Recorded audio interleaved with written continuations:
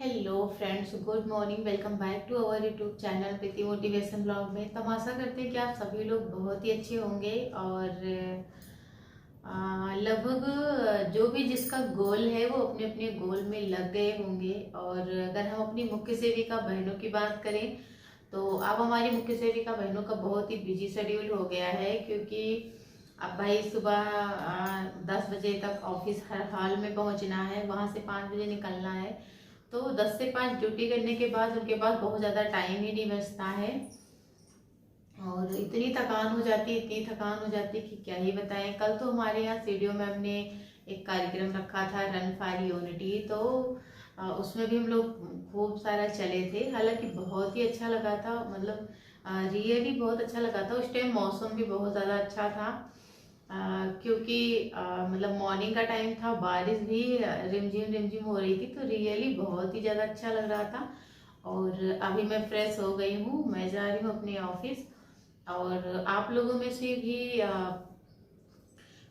कुछ बहनों का सवाल ये था कि मेरठ में शायद अभी भी ज्वाइनिंग नहीं हुई है, तो पता नहीं क्यों इतना लेट कर रहे हैं। लगभग मेरी जानकारी में तो जितने भी जिले हैं लगभग सभी के यहाँ ज्वाइनिंग हो गई है। सभी हमारी बहनों को सेक्टर मतलब ब्लॉक भी मिल गया है, सेक्टर भी मिल गया है। और कुछ को तो अभी 2 ही 3 दिन पहले सेक्टर मिला है। और लगभग लगभग सारी बहनें विजिट पर जाती हैं। और अगर हम मुख्य सेविका की कार्य की बात करें कि कौन कौन से कार्य उनको करने होते हैं, तो पहला उनका कार्य मैं अगर देखूं तो पोषण ट्रेकर पर ही होता है कि जो आंगनबाड़ी कार्यकर्त्री हैं वो पोषण ट्रेकर ऐप पर बच्चों की वजन और लंबाई की फीडिंग की है कि नहीं की है। BHSND यानी टीकाकरण होता है, तो उसकी भी फीडिंग की है कि नहीं की है। दूसरी चीज CBE, क्योंकि अब बहुत सारे इवेंट भी होने लगे हैं जैसे गोद भराई, अन्नप्राशन। तो बहुत सारे इवेंट भी कार्यकर्ताओं को कराना होता है, तो उस इवेंट को भी फिल करना होता है पोस्टर ट्रेकर ऐप पर। तो CBE का भी उन्होंने फीडिंग किया है कि नहीं किया है। और बच्चों की मेजरिंग तो हमने बता ही दिया, वजन और लंबाई की फीडिंग। दूसरी चीज THR की भी फीडिंग होती है। उनको राशन फेस को ले करके देना रहता है, क्योंकि पहले ये सारी चीजें नहीं थी। मुझे लगता है कि हम ही लोग आ गए हैं तो ये सारी चीजें हो गई हैं। पहले ऑफलाइन ही होता था, उनको राशन मिलता था और वो लोग वितरण करती थी।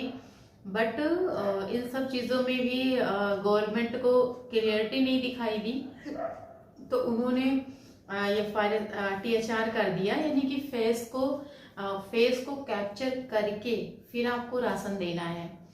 तो उसमें ज्यादा क्लियरिटी रहती है, क्योंकि उन्हीं को राशन मिलेगा जिनका फेस मैच करेगा आधार कार्ड से। तो गवर्नमेंट ने क्लियरिटी लाने के लिए ही ये सारी चीजें की हैं, और काफी हद तक क्लियरिटी हो भी गई है। जितने लोग को राशन देती हैं उनको फीड करना रहता है। अगर वो फीड नहीं करती हैं तो माना ही नहीं जाता है कि उन्होंने राशन वितरण किया है।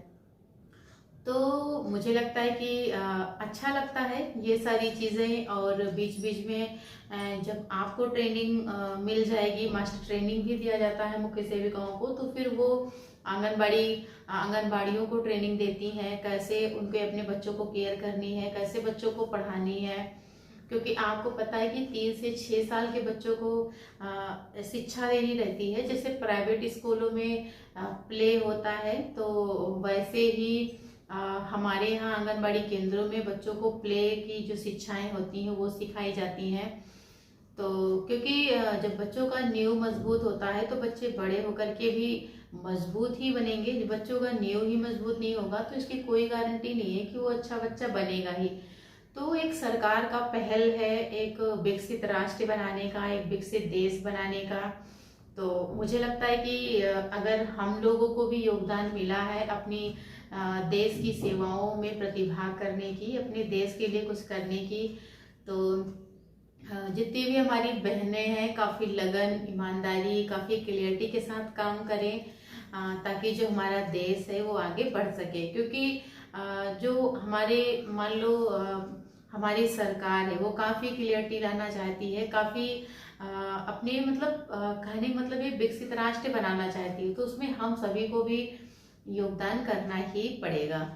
और तो यही सारी चीज़ें हैं, मुख्य सेविकाओं का काम है। उनको होम विजिट भी करना है बीच बीच में जा करके, और कोई इवेंट हो जैसे टीकाकरण है तो उसमें भी पार्टिसिपेट करना है, राशन वितरण हो रहा है उसमें भी पार्टिसिपेट करना है, कोई इवेंट है जैसे गोद भराई अन्नप्राशन ये है तो उसमें भी आपको जाना है।